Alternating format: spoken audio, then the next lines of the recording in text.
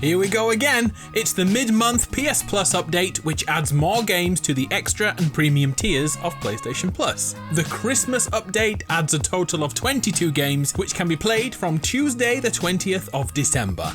We have a lot to get through, so let's crack on. First up is the Grap Fest, that is WWE 2K22. After a year off from the annual series, it has returned with a complete redesign to the gameplay engine and control scheme. Create your own superstar and climb the dizzy heights all the way to headline WrestleMania, building friendships and alliances along the way, which could break down at any moment. There's a story to play through, both male and female versions, as you decide your direction in interviews, and your prowess in the ring, or maybe failures, change the story's direction. There's a general manager mode for fantasy bookers out there who want to show the WWE how to plan compelling storylines, and the showcase mode is here to relive iconic past events from WWE history. If you've always thought about trying a wrestling game but never actually done it, this is a good chance for you. How about an open world first-person shooter from the world of Far Cry? Well, there's 3 of them in fact. First, we visit Hope County, USA in Far Cry 5. We are tasked with dethroning a preacher who has risen to prominence.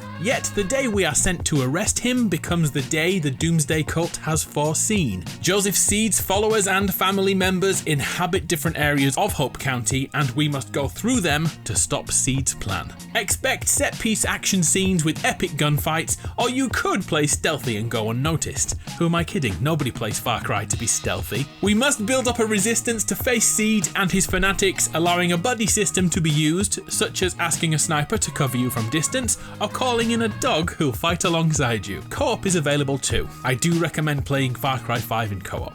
It's great. Should you complete Far Cry 5's story, then you should jump into Far Cry New Dawn. 17 years after the apocalyptic events foreseen by Joseph Seed, the world has changed. Nature has taken back the US, and new villains are in charge. Twins Lou and Mickey are the antagonists and their band of highwaymen. New Dawn introduces a weapon crafting system as the modern world is thrown back to the Dark Ages. But wait, there's more! Far Cry Primal is also here, taking the series all the way back to the Stone Age. We play as a seasoned hunter-gatherer, born to survive in this unforgiving world. But there's no vehicles here, so we have to use saber-toothed tigers and bears instead, of course. Primal is built on Far Cry 4's engine, not Far Cry 5, so it doesn't feel as refined and responsive as the other titles added today. But it does boast the highest average score of all 3, which is just less than 8 out of 10. Next, we can't have a PS Plus Extra update without a Yakuza game. Well, there's 3 technically this time. First, Yakuza Like a Dragon, and don't worry if you're having a bout of deja vu right now. Like a Dragon was on PS Plus Essential only 4 months ago, and the defining difference between this and most other Yakuza games is the fighting system. It's turn-based. This allows the depth of options to shine through as you beat someone round the head with a snow leopard or a bowl of fruit. The options in this game are strange. The whole setup is coming out of prison 18 years after you were sent down and must reintegrate with your Yakuza underworld. The second Yakuza game this month is Yakuza 6: The Song of Life, touted as the final installment of Kazuma Kiryu's story. The fighting system in here is fully free, no turn-based action here, and actually it's been simplified so much it's far easier to pick up and play than ever before. The story is about Kiryu's last criminal case to seek out a hit-and-run driver who took the life of a family member. As that unwinds, everything links back to previous games and the Japanese clans and underworld Yakuza bosses in the shadows. If that's too sad for you, don't worry, there's a cat cafe and you can sing karaoke whenever you like.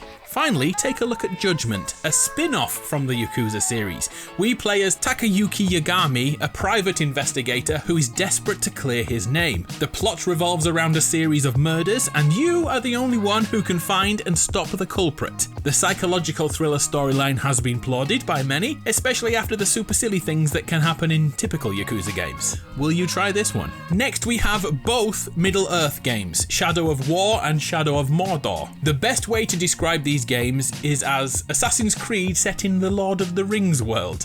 The most amazing element in this franchise is the Nemesis system that generates your foes randomly. As each are faced, your relationship with them changes. They may be fearful of your legend. They may have heard about your weaknesses and changed the way they fight since the last time you met. This makes replaying the game so much fun, as those enemies will most certainly be different next time, with new personalities and new dialogue to discover. Chatting with Gollum while keeping away from the gaze of Lord Sauron may not be completely in keeping with the books, but it's a good time all the same. How about an RPG that is heavily inspired by the famous Bloodborne and Dark Souls franchises? Mortal Shell feels like an expansion to those worlds, with the same aesthetics and obtuse storytelling, and shamelessly runs with it. Battles are tense and require timing to succeed, or you'll get used to seeing the fail screen many times. If you like trials of will and high learning curves, Mortal Shell may be a good choice. If you don't like Soulsborne games, run away. Run away while you can. Another RPG which couldn't be more different is Adventure Time Pirates.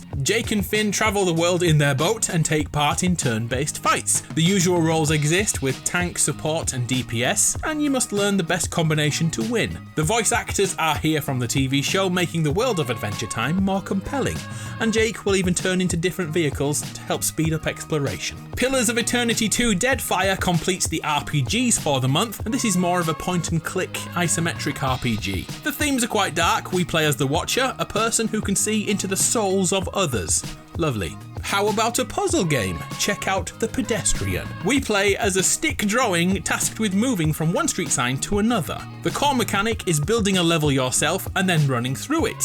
Your ability to put things in the right place dictates how easy or impossible the platforming element will be. The complexity builds up, but it's definitely manageable and you'll have it done within 5 hours. Another puzzle game this month is Evil Genius 2 World Domination. Imagine if you were Gru in Despicable Me and your minions would complete tasks following your instructions. Essentially, Evil Genius 2 plays like a sim game, something like 2 Point Campus, just nothing near as good. Next, The Escapists 2 is an escape simulator as we are locked up in prison and we want to get out. Each day is defined by routine. Picking times and opportunities to find a way to escape is your only interest. From searching cells while guards are looking the wrong way, to digging holes to freedom.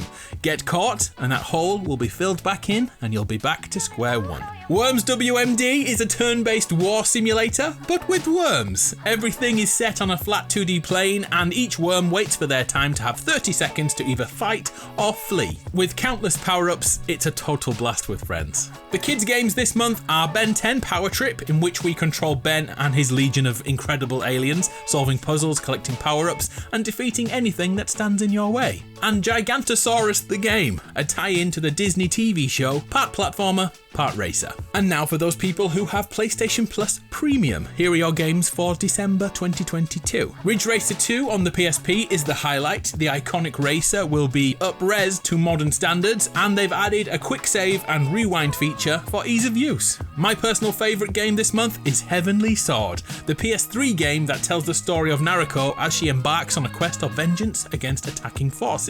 Oddworld Abe's Exoddus is the PS1 title this month. We had the modern day remake last month, so now it's time to try the original. And look, there's one more, Pinball Heroes on the PSP. So, that's your month, 22 games. Please let me know your thoughts. It's been a pleasure. I'm Adam. See ya.